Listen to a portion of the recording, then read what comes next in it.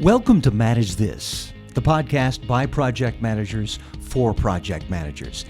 It's a chance for us to get together every couple of weeks and have a conversation about what matters to you as a professional project manager. We'll cover subjects such as project management certification, doing the job of project management, and get inside the brains of some of the leaders in the industry and hear their stories. I'm your host, Nick Walker. And with me are our resident experts, Crowe and Bill Yates. They are project managers who mentor other project managers and those working toward that title. Andy and Bill, a lot to look forward to today. Andy, we've had some amazing guests lately. We really have, and I think today's going to continue that trend. Nick, we're excited to have Dave Gibson in the studio. Well, let's get right to our guest. I know we've got a lot to cover. David Gibson is the Vice President and Division Manager of McKean Defense Group in Washington, D.C. He guides, mentors, coaches, and develops program managers. His experience includes strategic planning, customer engagement, and business development, and much more.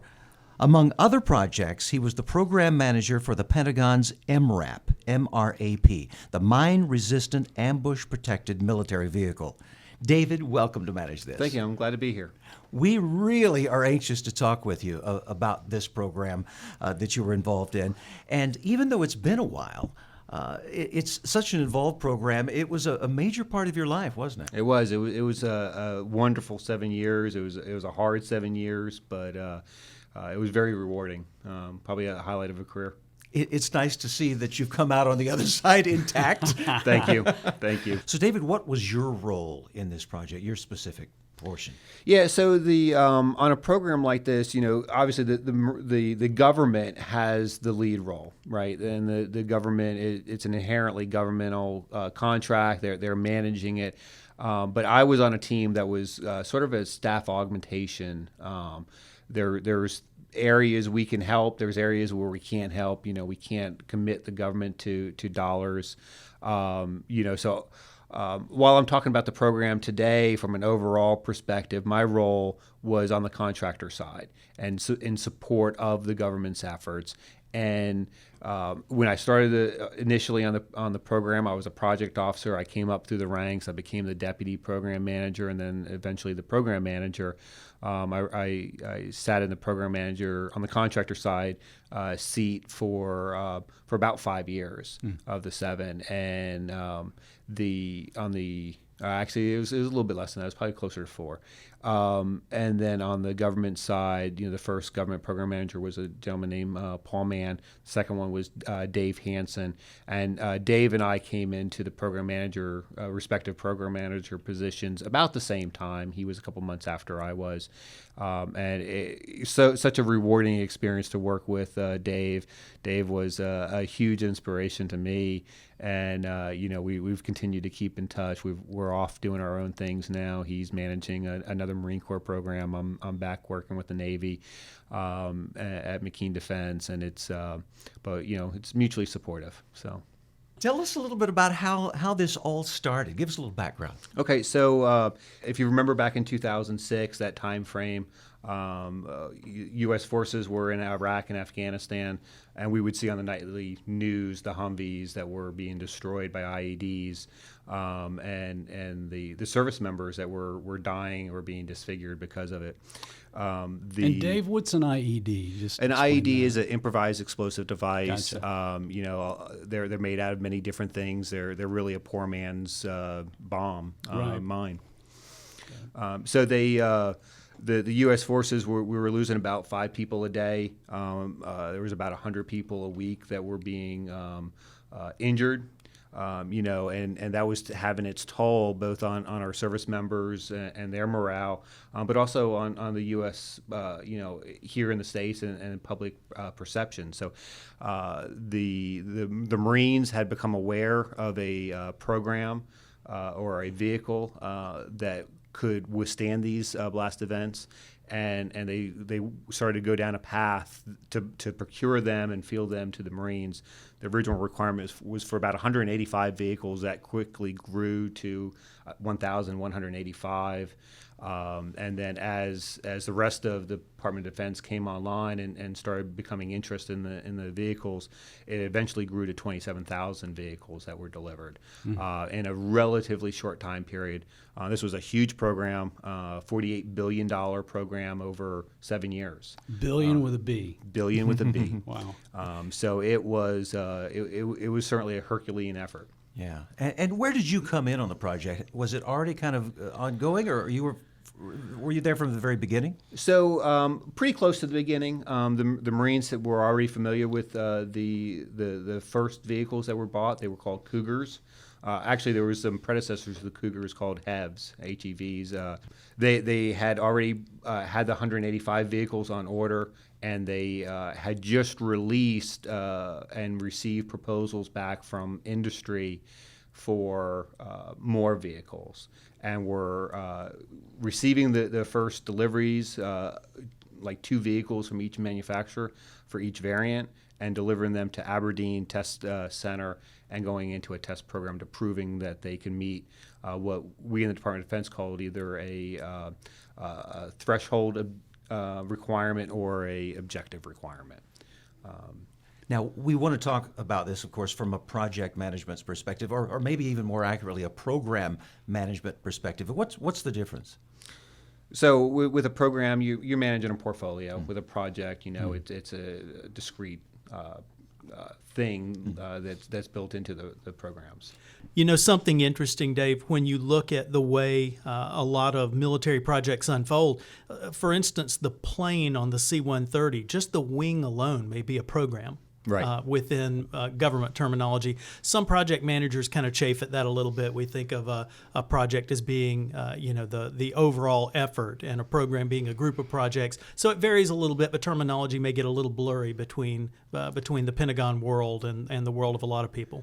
Absolutely, and in this case, there were 7 different manufacturers, all with their own variant of vehicles. We had what we called assistant program managers, APMs, who were managing each of those variants.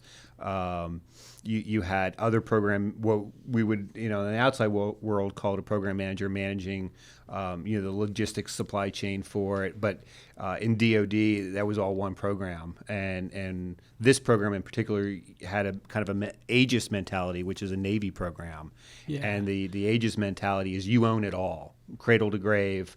Every piece of the program. So that's one of the things that was brought to this program from several of the leaders that came out of Aegis. Dave, one of the things, there was a motto that came out of Aegis that, and I think it speaks to the way you guys handled requirements, and it speaks a bit to an agile approach that you took.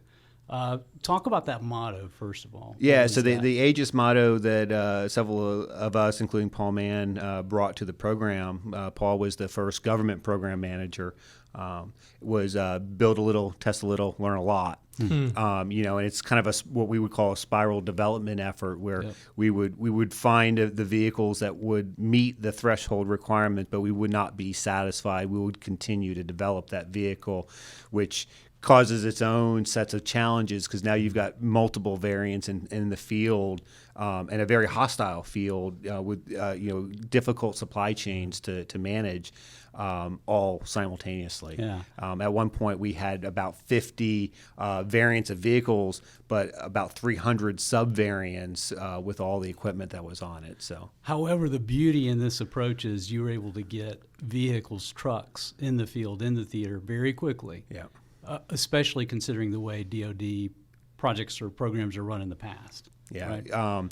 We had a challenge in the first year to have 1,000 vehicles in theater by the end of the year, which coming from a DoD program usually takes about 7 years. Okay. So we're pretty quick on our feet on that one, but we had other pieces of the program where we got the requirement, and 100 days later we were delivering a very complex truck, in this case a wrecker, built around an MRAP chassis that could be used as a wrecker Yeah. for these heavy vehicles or these other MRAP vehicles, Because these vehicles, you're talking like 50 to 70,000 pounds, and up they're- from there. Yeah, huge. So you got a 25-ton vehicle, you got to rapidly deploy it out in the field, and you've got a wrecker on top of that that's got to be able to go get it. Yeah, because what happened, what we started to see as the base MRAP vehicles were in theater, they were so survivable. The battlefield commanders would not allow their folks, their troops, to go outside of the wire unless they were in a vehicle. So how do you go recover? You need an ambulance. That's an MRAP vehicle. You need a wrecker. That's an MRAP vehicle. It was, and that's part of the reason our scope grew as fast as it did. So you've got a lot of project managers involved in this. I imagine you have a lot of stakeholders as well, and a short amount of time to do this. Tell us about some of the challenges involved in getting that to fruition. Well, from a stakeholder, we were lucky. Shortly after coming online, Secretary Gates read an article in USA Today that talked about the fact that at that point we were already delivering some vehicles to the Marine Corps, and the Marine Corps was reporting that out of 300 IED events, there were 0 fatalities. Wow. And so he started doing some fact checking and witnessed some events up at Aberdeen, and through his support behind the program and his prestige of his office, and pulled together what became known as the MRAP Task Force, which met every 2 weeks, and all the decision makers in the room that could make a decision on the spot. And not only were they making decisions on the spot, they were reporting what they were doing, and nobody wanted to be that person in the room that was the roadblock, on Secretary of Defense's #1 priority program, and he gave us that designation that year. So with all projects and programs, we're looking for that champion or that sponsor who can really remove obstacles and pave the way. And I have the impression through this and the background reading that Secretary Gates was that. absolutely, Yeah. absolutely. That's He something. and he was very proud of the program. Yep. If you pick up Secretary Gates' book, there's a whole chapter on the program in his book. And if you ever have the opportunity to go in the Pentagon, there was portraits of all the secretaries of defense, and he's got MRAP vehicles in his portrait. So Excellent. he was. Is proud he of in us. front of those MRAPs, or is he behind them? He's in front of them. Okay. Dave, I've got a question for you. Just thinking about this from a project perspective, you've got somewhere at the beginning of this, you've got a vision that somebody's laid out, and every sponsor has some vision of how this is going to look at the end. How closely did those two align? Did the finished product? Because now you've got a methodology where you're saying, and let me see if I get this right, build a little, test a little, learn a lot. And so that's a much more agile philosophy where you're not starting out with all the requirements up front. You're trying to learn and improve as you go. How did those two line up? How did the original vision of this MRAP end up with the final deliverable? Well, I think you have to step back from it a little bit and think about it, in the triple constraints, and in our case, cost wasn't the primary constraint. We didn't have an unlimited budget, but we had a pretty open checkbook. From a performance standpoint, survivability was critical. That could not be traded. Other performance requirements could be traded. Turning radiuses, air conditioning output, those types of things. And then from a schedule standpoint, schedule was absolutely critical, because the sooner you got a vehicle in the theater, the more people would survive, right? Mm-hmm. So, when you step back from it and look at it in that perspective and look at the scope, you can't say the scope is to deliver 100 vehicles or 1,000 vehicles or 27,000 vehicles, because that number is going to change. Yeah. You can't say it's to deliver a vehicle that does this, because in this world the enemy gets a vote. They're going to change tactics. You're going to have to evolve.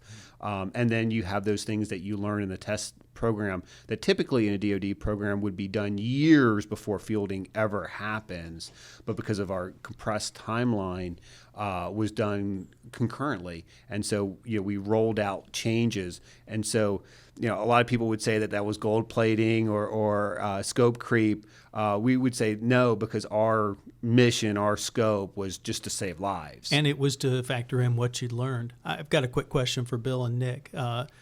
One thing in common with Dave here is I got to work on one project in my life that it felt like an unlimited budget. It wasn't, but it was time boxed, and money was no problem. Have you guys ever gotten to experience that? I cannot think of a time. I really have not. It's a fun time. I'll say that. It's a different kind of world. You're working late hours and all that, but you don't have any problem getting budget approval. So that's a fun thing. But not on this scale. I've not done anything anywhere close to this scale. Yeah, at one point we went in for a budget request for $25 billion with a B, and Congress looked at us and said, "No, we think you need 30." Oh wow! So yeah, we it was pretty enjoyable. Yeah, it's so different.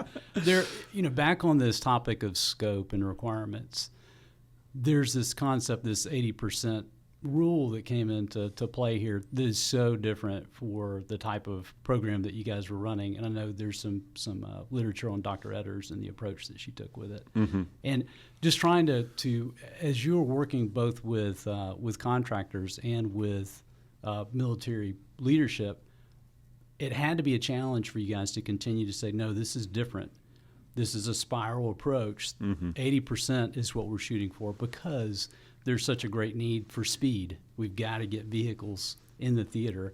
How did that manifest itself over the life of the program, just overcoming that challenge? And also explain this 80%. 80% of what? Yeah. So 80% of the performance requirements. So typically in a DoD program, you have a huge document that lays out all the requirements for all the performance parameters for truck, the AC output, how long can the truck run on the run flats, what size blast event the vehicle can survive. We use the terms threshold requirements and objective requirements. Threshold is what thou shalt absolutely have. Objective is where you're trying to get. So in the case of a survivability, for example, we would call that a 1X, and I'm not able to talk about what the X is, but it's 1 times a certain size explosive. And then the threshold or the objective requirement being a 2X. That grew over time as we learned more about the vehicles. We were able to get that to 4X and then actually 6X. We learned, the vehicles were survivable at first, we thought, because they were high up off the ground, they were heavy, and they had a V-shaped hull. And the V-shaped hull would vent. Deflect, sort of. Yeah, exactly. And not just the the material, but the fumes, the gases that is what really destroys vehicles. And we were able to prove through our testing and learning about the vehicles and what they were really doing that the V-hull also provided a stability, a rigidness to the hull. And so that rigidity caused other problems. In a large event, there could be spinal injuries. When the vehicle, after the event, the vehicle comes back to the ground. So we started working on seats and how does the seat attach to the side of the vehicle, that holds it on, so that you can minimize your spinal injuries. And there were other things in the program, and those were some of those spiral efforts that we learned. Yeah. We knew in our first round of testing that it was better than a Humvee, that it could survive an event, but we got better over time. The thing that strikes me about this is you've got one focus of survivability and continued usage, being able to deflect a blast or survive a blast or whatever the right terminology is. But that's not the main purpose of the vehicle. The vehicle has a whole nother military purpose, whether it's to transport troops or to transport cargo or to perform some mission that you got to factor in as well. So there's all these moving parts and variables. Yeah, absolutely. And some of the tactics changed because of the vehicles. I'll use an example: the Brits. Our coalition partners, they had a methodology. If they needed to prosecute a suspected terrorist's house, they would pull up, they would get out of the vehicle, they would bust the door down, they would go inside and do what they needed to do. Once they had these vehicles in their hands, they just ran through the wall and jumped out and started shooting. It really minimized their schedule there. A big mechanized battering ram. Exactly. Yeah, 50,000 pounds. Okay, we don't need to knock.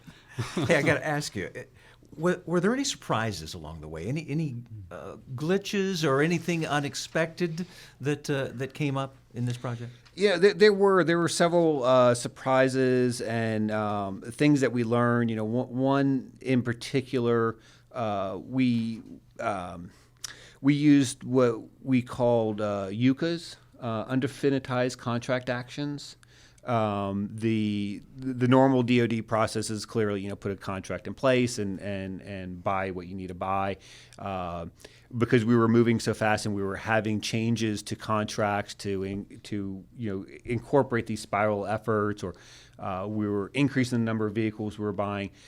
We put a lot of undefinitized contract and actions in place, and the undefinitized contract and actions allowed us to continue moving. We kind of gave the vendor a rule that was, don't exceed this, but get going, and we'll figure out the details later. The federal acquisition regulations, which is what DoD acquisition policy is built off of, allows that, but they put a cap of 180 days or 50% of the value in place. We didn't meet those at some point. We just kept going, and at some point, much later in the program, we started definitizing those contracts. And by the time we were definitizing them, the vendors actually had actual costs in. We saved like $2 billion by not definitizing contracts up front. So that was pretty unique. The level of stakeholder involvement we had, and the effort they put behind this was huge. Yeah, Dave, one of the things that just strikes me as very different and something we can all learn from too is you guys took a very different approach right off the bat with, we need contractors, we need vendors to submit proposals, and we need vehicles that we can test and, again, get in the field and deploy as rapidly as possible. You guys didn't just choose one winner, though, right? We didn't. How many vendors did you choose? There were 7 vendors that we were using, and they all had their own version. I mean, their trucks were not, just built by different guys. They were different trucks. Okay. And so they met those threshold requirements. So those were, the Department of Defense could pay for those, could say, okay, we'll order this number from you, from these 7 different vendors, and get those out in the field. Yeah, absolutely. So that's a different approach. That had to be, again, how did you manage that given the kind of the status quo that you guys were seeing in the military world? Well, again, as I said earlier, there were teams that manage each of those major family lines. There was a Cougar was the name of the vehicles that came out of Force Protection in Charleston, South Carolina, and there was a team that was managing nothing but Cougars. There was a team that was managing the RG31s and the RG33s and the Max Pros and all the other variants. So you had kind of dedicated teams associated with each platform. They all reported up. There was a very robust communication platform. Started with the joint program managers, weekly reports that went out to, it seemed like God and country, that kept everybody focused on what the priorities were and where he was driving the overall program. And then each of the APMs had their pieces in there so that everybody was reporting what was going on. Very well informed. It almost seemed at times, if you walk down the hall of the building that the majority of us were housed in, that you'd be quizzed and you better know what the priorities were. So, that was pretty interesting and a surprise. I would say also how many vehicles were gotten rid of at the end of the day. We bought over 27,000 vehicles, and those vehicles, the ones that survived the war effort or was built, repaired afterwards. There's a cost associated with maintaining them for their life, and so the services have to decide how many of those they want to keep. Well, so they sent. We ended up only keeping about 17,000. Okay. Personally, and I'm not a government employee, so I understand that decisions had to be made on the government side, but a lot of those wound up in hands of colleges and universities and local police forces where they really have no business. Wow. They're huge vehicles, and it's had to find a home for them. Yeah, but not exactly fuel efficient. No, not at all. Not at all. Dave, I got a question for you. As you look at this project and you look back on it, was there one particular tool or technique that really proved to you to be invaluable on the project? And I've heard one thing jump out is this whole idea of having the stakeholders come together, and maybe that support from Secretary Gates would be one thing, but you can't always control that. Looking back on it with the things that you could control, was there one particular thing that you felt like was really invaluable to making this project go well? Well, can I increase that to 3? Sure, I'll lump those all into communications. Okay. And that's certainly one of the 3. I'd say the other 2 was credibility. When we said we were going to deliver something, we met our deadlines, and that's what allowed Congress to open up their checkbooks. That's what allowed Secretary Gates to make sure that we continued to have the support we needed. That allowed the manufacturers to have all those undefinitized contracts in place and assurances that they were going to get paid at the end of the day. And it ensured support of each other on the team. That's important. I have a question about that real quickly that I want to press into. When you have this ethic of saying I'm going to do what I say I'm going to do, and that's really important to me personally. When you have this idea of saying I'm going to do what I say I'm going to do, the tendency would be to sandbag your estimates and say, okay, well now I'm going to set a date that's just truly safe. Then you have this other side that, hey, there are casualties in the field that are happening. How do you manage all of that? You're wanting to set aggressive dates. You're wanting to do this at the same time. You want to be able to deliver what you say. Yeah, well, that comes down to the third option, the thing that I was going to say, which is symbolism and culture. There was such a culture that built up around the program. We knew the importance of what we were doing. We knew the impact it was having, and the lives that were being saved. And so there wasn't this sense of sandbagging. In fact, one of the stories throughout the program was as we brought the MATV, which was a slightly smaller vehicle, as we were refocusing on Afghanistan, had a tighter turning radius. We went out and bought those vehicles, and at that time, the deputy program manager on the government side, Dave Hansen, he was challenged to have the first vehicles in theater by Christmas. And he looked to the senior official he was talking to and said, "Well, sir, I think Christmas is in May this year." and the senior official looked back at Dave and said, "No, it's still December 25th." And it was a challenge, and it was a stretch goal, but we made it. And it took hard work, but and not just on the government side, not just on the contractor side, but also on the manufacturer side to make sure that we maintain that credibility. Talk a little bit about how the impact that had on people and their lives, because again, you've got a mighty goal. You're trying to save lives. You want to get vehicles in the field, in the theater as soon as possible, but you can only work so many hours in the day. How did you guys keep people focused? We found more hours. Okay. Well, actually, one of the favorite sayings on the program, particularly on a Friday, was the best part about Fridays. There's only 2 working days till Monday. You did not want to be on a program of this size as the guy that held something up. Right. You pushed through it. That certainly had impacts, to people's personal lives. Lots of strained marriages because of it, lots of missed soccer games. I believe most people are coming or have come through those, and that's great to see. But it was really a pressure cooker, and so, in a pressure cooker environment like that, unfortunately, we learned the lesson a little bit too late. But it's important to celebrate the successes, Right. and to make sure everybody knew what they were doing.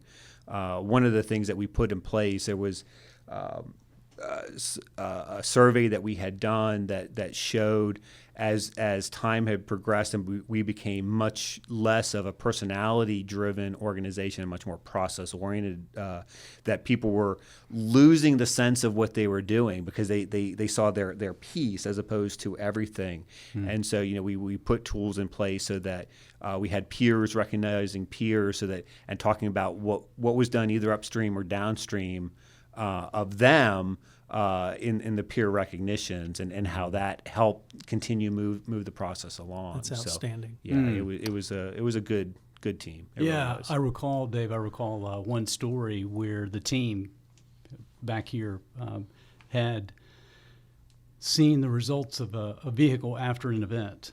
And the vehicle was, I think the tires were blown off. It was in much disarray, we'll say, and it had been dismantled.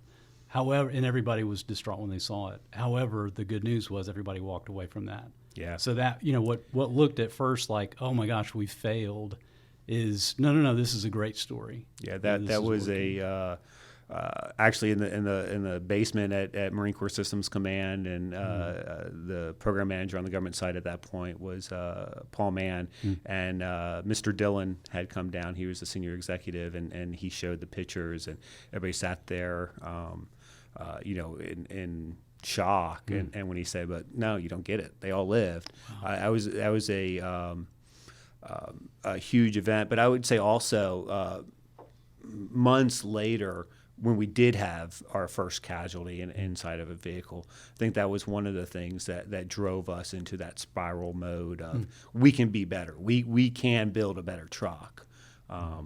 And we looked at everything from raising roof lines, again, for spinal injury purposes, head injuries, to putting independent suspension systems on the trucks, and trying to do those things in theater where you have very strained supply chains and maintenance capabilities. It was a huge challenge, but it in the end, it was a success. So. Dave, I've got one other question. When you look at the support that you have from a sponsor and a champion in Secretary Gates, you think about that could be the linchpin, right? That could have been one of the keys to success with the program. However, I'm sure there were people that were against the program as well for whatever reasons. How did you guys identify opposition, and then how did you deal with those that were opposed to the program? Yeah, it really was Secretary Gates that took care of that for us. When the program first stood up, there was certainly detractors and thoughts of wanting to do it the old way and just use what we have, just bolt more on it, use a technology solution like a jammer or a UAV to identify and, as we say, move the boom to left so that the vehicle is not there when the explosion happens.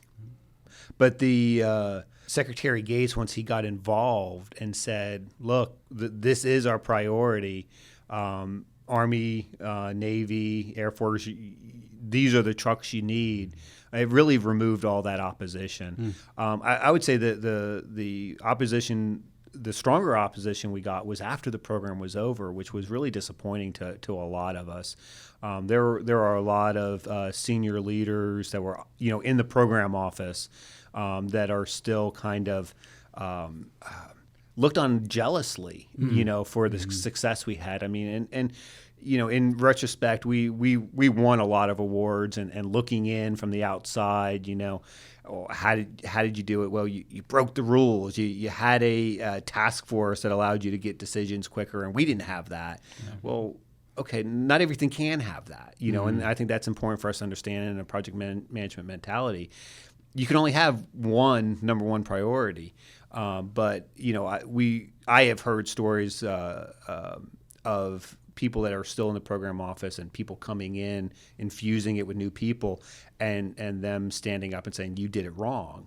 And wow, really? I mean, did you live this? Did you see what we had to deal with? Did you see how fast we did this? Right.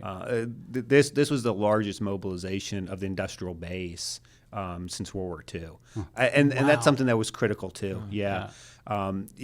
Secretary Gates, when he put his efforts behind this, Sid Pope was hugely instrumental in this program early on. He was the undersecretary for industrial base management. And I mean, there were phone calls literally to steel manufacturers and tire manufacturers to ensure they had enough production to keep capability to keep up with us. And when they didn't, asking the questions, what's it going to take for you to put a second, a third shift on, to bring a new plant on, and getting those things in place that really enabled the success. And the success, to me, there's one graphic that you shared with me, Dave, that it shows around July to October 2007 a number that goes down significantly as these MRAP vehicles are placed in theater. And to me, that's the gold standard for this program. That's the visual that shows, okay, this was successful. We're saving lives, and we're making a difference for those troops. So I understand there's always going to be opposition, but from the folks here in this room with you, we look at this as an amazing program, and there's so much to be learned from it. Heroic effort. Yeah. Well, thank you. Really Thank you very much. That really does tell the story. And I invite our listeners to Google MRAP, M-R-A-P, and you'll see photographs of this vehicle. That is one tough puppy. And obviously it's achieved its goal of saving lives. Thank you. David, thank you so much for being with us today. We have a special gift for you, as we always give our guests. You've seen this Manage This coffee mug sitting in front of you. You get to take one home with you. Use it with pride every day. I will put it right next to every other award that's on my shelf from the program. It means just as much to me that I was able to be here and tell our story, because I think it is an important story. Thank you. Absolutely. Thank you so much, David. And Andy and Bill, as always, thanks for sharing your expertise. A special thanks to David for giving us that glimpse into a fascinating side of project management that few of us really get to see. Well, that's it for us here on Manage This. We hope you tune back in on June 7th for our next podcast. In the meantime, you can visit us at velociteach.com/managethis to subscribe to this podcast, to see a transcript of the show, or to contact us.